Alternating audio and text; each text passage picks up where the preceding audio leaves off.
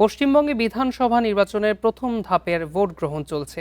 এই দফায় রাজ্যের মোট 294 বিধানসভা আসনের মধ্যে 152টিতে নির্বাচন হচ্ছে। বাংলাদেশ সময় সকাল 7:30টায় শুরু হওয়া ভোট গ্রহণ শেষ হবে সন্ধ্যা 6:30টায়।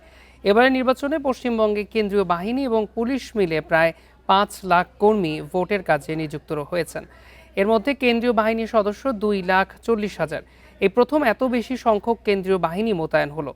প্রথম দফায় 44,367টি ভোট কেন্দ্রে ভোট দেবেন প্রায় 3,07,00,000 ভোটার। নির্বাচনের আগে 90 লাখের মতো ভোটারের নাম তালিকা থেকে বাদ দেওয়া হয়, যা মোট ভোটারের প্রায় 12%। কমিশন জানিয়েছে প্রত্যেক বুথেই ভোট গ্রহণের সময় ওয়েব কাস্টিং চলবে। 29 এপ্রিল অনুষ্ঠিত হবে দ্বিতীয় দফার ভোট গ্রহণ, আর গণনা ও ফলাফল ঘোষণা 4 মে।